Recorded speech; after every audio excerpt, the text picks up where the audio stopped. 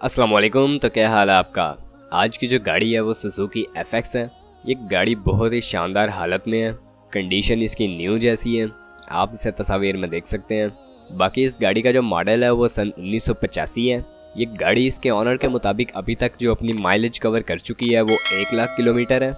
गाड़ी यहाँ पर यूज़ कंडीशन में है लेकिन उसके बावजूद न्यू जैसी है।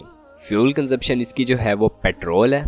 उसके अलावा गाड़ी की सीट्स और टायर्स काफ़ी अच्छी हालत में है। इंटीरियर गाड़ी का जो है वो बेहतरीन है। अगर इस गाड़ी की रजिस्ट्रेशन के हवाले से बात कर ली जाए तो ये रावलपिंडी के नंबर पर गाड़ी रजिस्टर्ड है।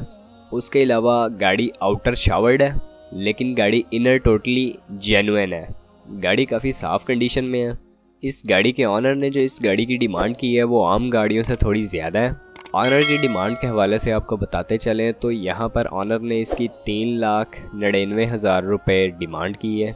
आप अपने हिसाब से बार्गेन कर सकते हैं और प्राइस कम करवा सकते हैं। अब उसका तरीका ये होगा कि इस वीडियो की डिस्क्रिप्शन में आपको एक कॉन्टैक्ट लिंक प्रोवाइड किया गया है।